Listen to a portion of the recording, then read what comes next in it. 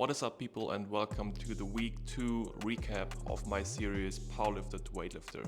In this video, we're going to show you a quick recap of my week 2, show you the training that I've been doing during the past week, and also the obstacles and challenges that occurred during my training sessions.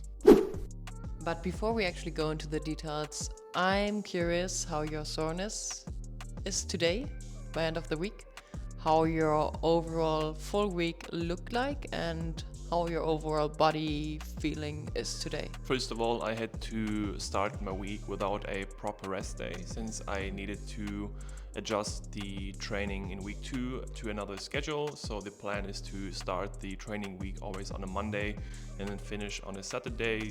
Therefore, I didn't have a proper rest day before my day 1, which obviously impacted my session. So I felt sore, the low squat position did not feel comfortable, but after warming up, it actually felt quite okay. Then the next training days, after having one day off, I felt actually quite good. And then towards the end of the week, we actually traveled to our hometown, which is why we didn't have a proper gym to actually train. So we needed to improvise a little bit with the setup, but you're going to see that in the day 4 recap. Overall, the week went good. I was still feeling a little bit sore and exhausted today, but hopefully I'm starting tomorrow and week 3 is going to be better. Okay, let's check the details. All right, diving right into it. Day 1 of my week 2, I was doing overhead squats as in the previous week. The only difference from the week 1 was that the weights increased a little bit. The other things I needed to consider or needed to take into consideration stayed the same. As I mentioned, I did not have a rest day before this session, so it was quite hard, as you might be seeing here on the video, for me to get in the really low squat position. I was struggling with that, especially during the first sets a little bit, seeing 58 kilos here on the bar, and then actually Micah is counting on the right the 3 seconds that I need to stay in the lowest position, since I did not follow it super properly in the first sets, so she made sure that I do my proper pauses. And I think right here you actually see pretty well Jonas' squat depth, and what I realized when I was doing the counting, he even went a little bit further down. And in the beginning, when I didn't count for him, he was just like going down, going further down, but started counting already ahead of being actually at the lowest position. So that's why we started off me counting when the depth is actually okay and when he reached basically his end position, and got better and better over the sets. That's right, and you're also seeing here, compared to the previous set, even though the previous set was a little bit lighter, this set here looks a little bit more stable in the bottom position, so I'm actually shaking less in my upper body. This rep here, this is the last rep, was especially challenging for me, but still I was able to maintain position quite well, and that was it for overhead squats. And even in the last set and in the last reps, I also realized that Jonas was shaking a lot, but when he actually remembered of, okay, I need to make sure to keep my upper back tight, to keep my chest up, it got better and the shaking got even less. So he constantly just needed to remind himself about that specific aspect, and then the reps also got better and not that shaky anymore. Yes, next exercise was cleans. Things I need to focus on here, similar to the aspects I mentioned in the last week: full extension in the hip, pulling less with my arms actually, and then bringing power to the bar through my hip or with the hip movement, and then when I'm catching the bar to simply keep my elbows upright to not lose too much position in the front rack hold.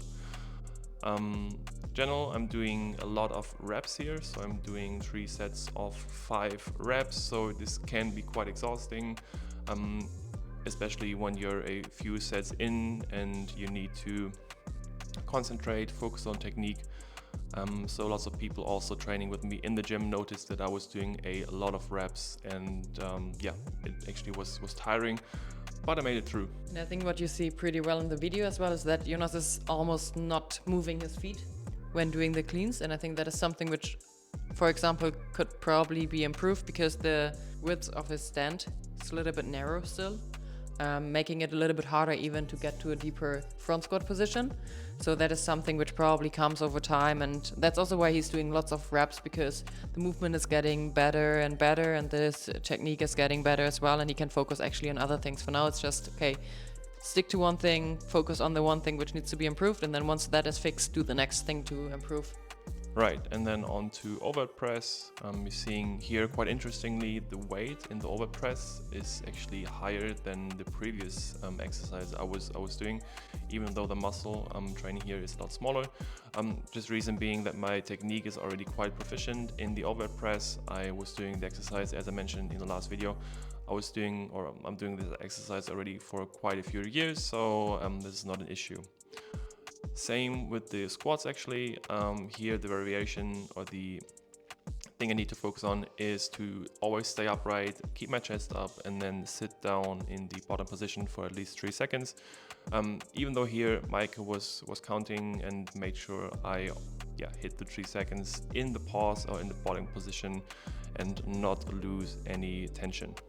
Yeah, and also here again, so I think you need to do a couple of reps, like 8, was it 8? 5 reps, okay. So here he had to do 5 reps, and the key is as well to keep the chest up and to not lose the tension and the posture. And this is something which you had to be reminded about multiple times, because I mean, you do the reps, you are getting exhausted, and at some point you just forget about keeping the posture. So that is one of the things I think which is also pretty difficult to maintain if you have multiple reps. Okay, moving on to day 2. Day 2 started up with the regular snatch. Yeah, I was prescribed to do actually 6 sets, so quite a lot of sets with the snatch. And yeah, things I need to focus on here, and that also my coach mentioned that I need to really take into consideration while doing the rep. I think he's also telling this to me here, that I need to focus on standing up tall, fully extending my hips when I'm at the middle of or at the level, or the height level of the middle of my quads. If you understand what I mean, you also see that here I'm pulling quite slowly until I reach that specific point, and then speed up the barbell and bring force in the barbell. When I'm catching the bar, you also see that I do struggle a bit with hitting depth, but I think from week to week we can already see a small improvement. Reason being that I'm constantly stretching my hip, trying to spend even more time in the bottom squat position to be more stable, and then in the end, because you're seeing here, I'm catching the bar quite high. The target is of course to squat down a little bit more as soon as the weights get higher. Moving on to push press, this exercise, as I mentioned, is quite similar to the overhead press. What I still need to focus on here, what I need to learn and time better a little bit, is to extend the hips and to push at the same time, so to create force in an optimal way. Do you by now already feel that you are speeding up the bar? So basically doing the dip and then basically transitioning all the strength and the movement of the dip into the bar, or is it not the case that you're feeling like that already and it's still you do a lot of arm work? I think since this is my second time or my second week now doing this exercise, it feels a little bit better compared to the first week, and especially compared to the first sets that I was doing this exercise. So it actually feels a little bit lighter already, and I feel less arm work, but still I think primarily in the lockout I'm still using my tricep a lot, which is I think okay to some extent, but the goal of course is to basically learn the exercise better until I do it next week. Okay, moving on to clean pulls. Things I need to think about here and to focus on here. Similar as in the last week, because I was doing it I think okay last week, but I didn't do it properly, is to build up tension at the bottom position of the clean pull, and then as soon as I'm reaching knee level or slightly above knee level, I need to speed the bar up and then finish the pull properly. in the last videos I had issues that the bar was always coming forward. So what I'm focusing on here is to keep the bar as close as possible to my body and then pulling upright instead of away from me. That's something I'm focusing on here. And then of course to descend the bar as low as possible and keep tension. Okay, to finish off day 2, I was doing front squats, same exercise as last week. I was aiming for, I had to do 8 reps, and then the twist here in this exercise is that I did not lock out at the top, so I had to keep tension and squat down immediately. So there was no option to rest, even though here there was a small break. But then the goal there is to, of course, keep tension, squat down, stay upright, and focus on the elbows. And with keeping tension, keeping the elbows also up and not crashing down like that. So I think that's the key thing. And with that also then hitting obviously depth. But yeah, I think it's getting better. Yes. Speaking of getting better, it's also my second time now doing the muscle snatch. I was having issues with this movement at first, so especially when not pulling properly, I was having issues to press the bar, or basically to move the bar overhead. That was also quite tricky. And then afterwards, I always had to do an overhead squat. And here, yeah, somebody's telling me to extend my back a little bit better, which of course I do have currently issues with. But then, yeah, what I'm doing here is basically a muscle snatch combined with an overhead squat. Of course, then focusing on sitting really, really deep in the squat position, staying upright, staying tight, and widening my stance a little bit. You've done that the second time, right?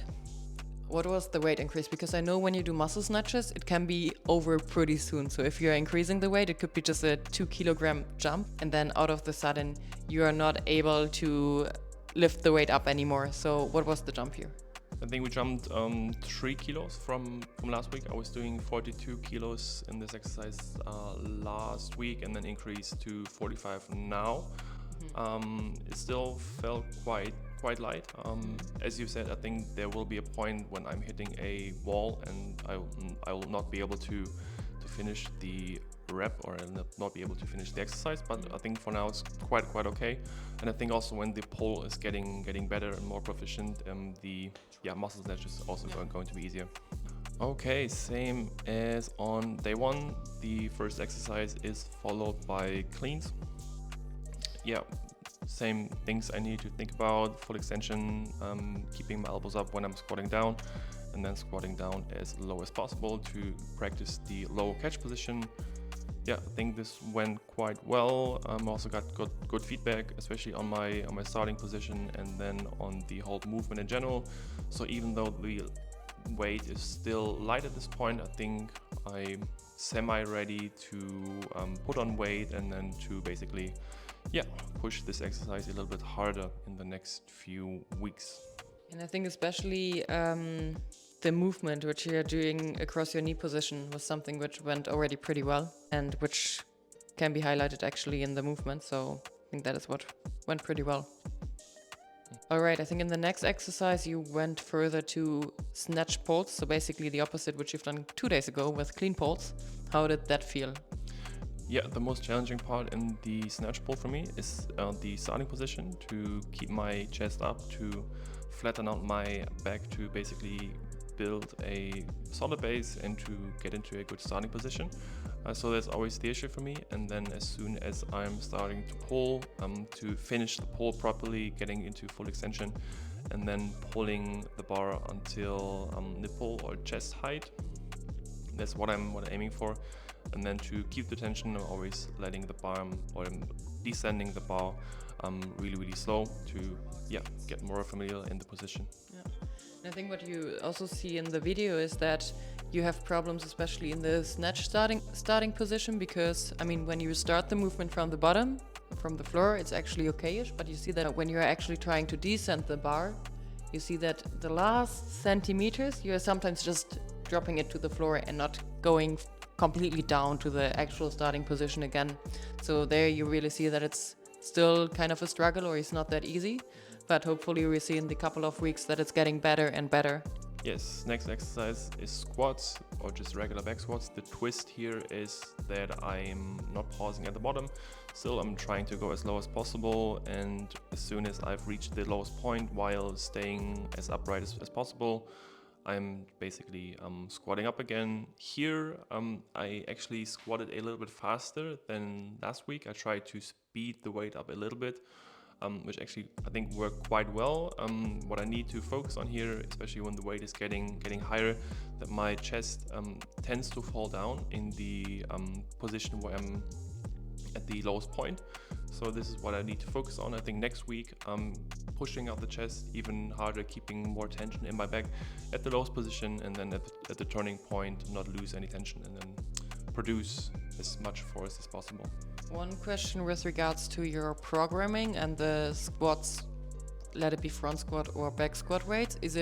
Do you have the same kilogram jumps like you do have in the weightlifting movements? Good question. Actually, the weight increase in front squat and back squat is 5 kilos added per week. We're going to push these lifts a little bit harder. So back squats, I think, are going to be exceeding 100 kilos pretty soon.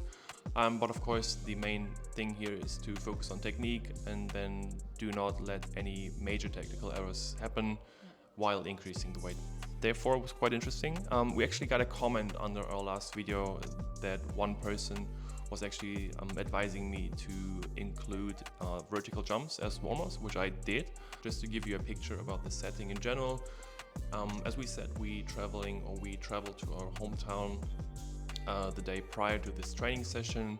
So I was feeling really tight in my hip area. I needed to warm up a lot to get into a proper position.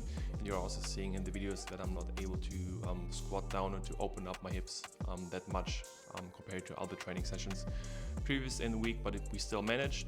Also, the problem is that there's no proper weightlifting gym in the area, so we needed to improvise a little bit and basically trained in the driveway of my parents, which is built an improvised platform, but it worked. And also the bar was not perfect since it was a regular powerlifting bar, so the knurling was quite sharp.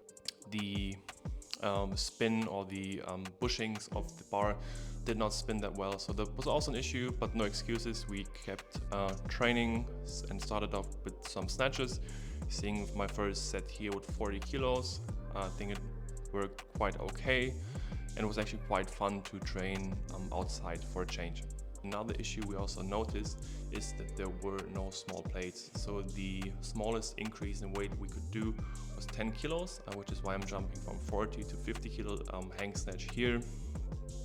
It was still doable, but in fact a quite big jump, which is why you're seeing the 50 kilos here are technically not as clean as the 40 kilos, but it still worked. And from next week onward, we're going to be looking for some smaller plates so we can train properly and increase in smaller weight segments. So make sure to hit the subscribe button to not miss out the next week's review of how the week went and how we are actually also improving our home gym setup and options to keep our weightlifting routine up running. Yes, that was indeed interesting. And another obstacle we had, or I had, was that there wasn't any squat rack. So I needed to basically clean up the weight and then move into a jerk, or do my jerks as you're seeing in the video here.